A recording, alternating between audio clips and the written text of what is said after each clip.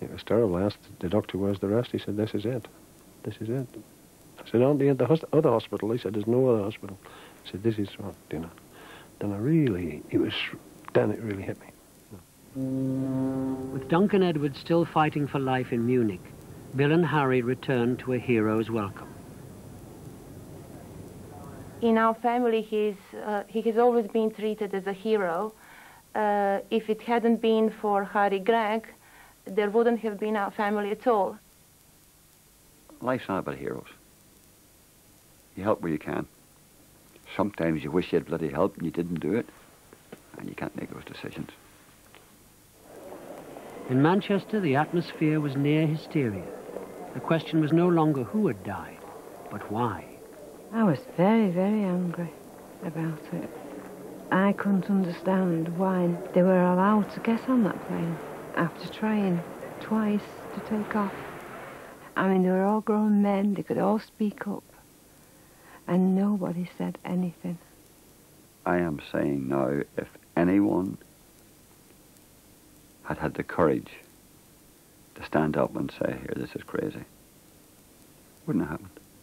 But like all people, we're afraid to lose face in front of our friends. It takes a very brave man to be a coward. Matt Busby was badly injured. He recovered, but he could not forgive himself for taking the boys into Europe. He was really upset, and he was on the phone, and he spoke to each and every one of us, and when he spoke to me, he said, I'm so sorry, Marjorie. I'm so sorry. And he felt as if it was his fault. He said he blamed himself. He should have said something, but he said, how would I have felt if that captain would have been telling me how to tell my lads how to play football? He said, and that's how I would have felt telling him how to fly his plane. The man everyone looked to for answers now returned. The co-pilot, Ken Raymond, had died, but the pilot survived. Captain Jim Thane found the finger of blame pointing at him. He was the scapegoat because people wouldn't listen to the truth, so to speak. I think this is what it boiled down to. And I suppose you have to blame somebody if you've had something go wrong. But he was the obvious person. I suppose he made the big mistake in being alive. An investigation took place several hours after the crash. It rushed to the judgment that ice on the wings had been the cause, the British pilot's fault.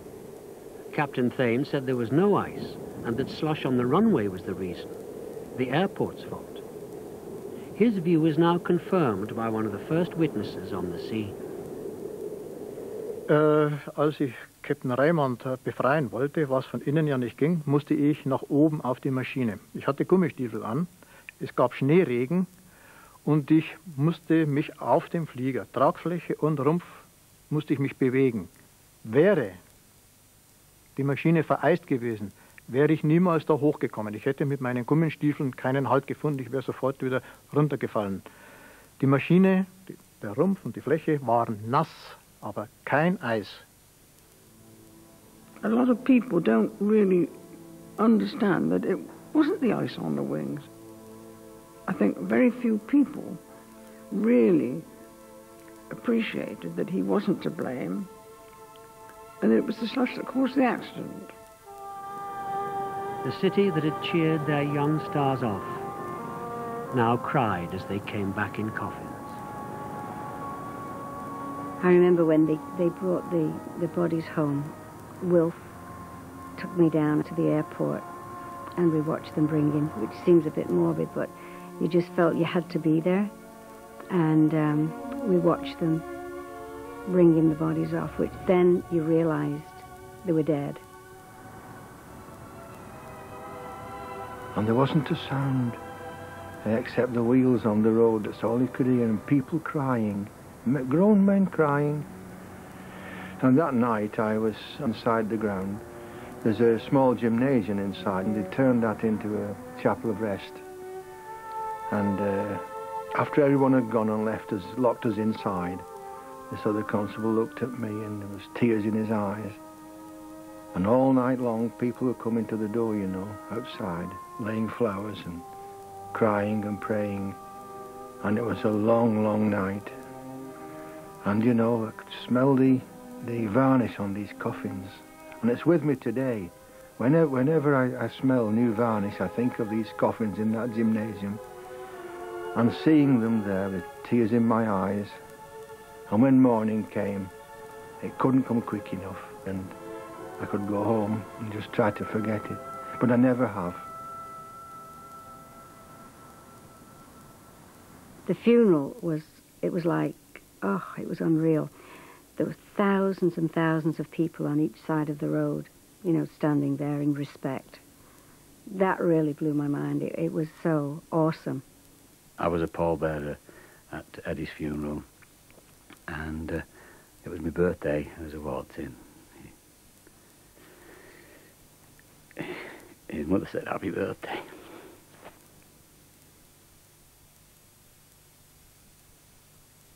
When Eddie left to go on the Munich, he bent down to kiss his mum goodbye, and he said, "I'm going now, Lizzie."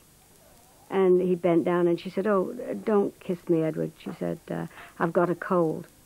And she never forgave herself. She said to me, "I never even kissed my son goodbye." We were chatting about Eddie, and she said, "You know, he used to say, 'You're the worst mother in the world, you're a terrible mother.'" She said, and he said that because I wouldn't let him have a bike. She said, "No, I wouldn't let him have a bike because I was frightened of him getting hurt or killed on the road." And she said, "You know, I wish now that I'd let him have the bike." 10 or 12 days later. And this morning, I couldn't find the papers. I looked everywhere. That's strange, this. Where's the papers gone to? And I kept asking for them and went and looking below cushions and things like that. There, what you do in your own home. I couldn't find them. Then I found out why. And that's when it sunk in. Duncan had died.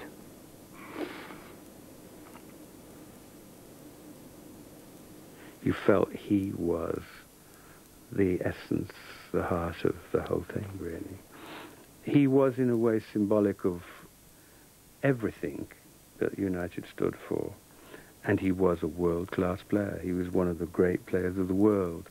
I never said how good he was, nothing, no, the dad. We never said nothing to him like that. We wouldn't. No, never told him that. Yeah.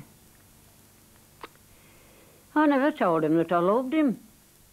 But I did. I thought there was nobody like him in the world. I'll tell you that. Yeah. But I never told him. Sometimes I wished I had, you know. Yeah. He was really a lovely, lovely lad. He was a lovely lad.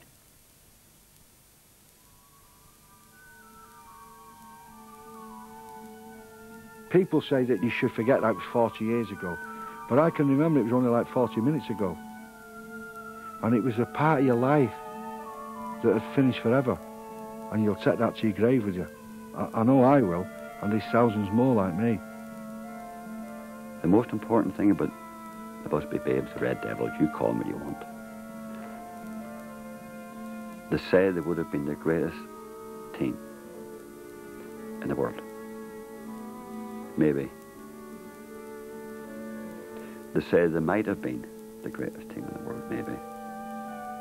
But there's one thing very sure, they were the most loved team.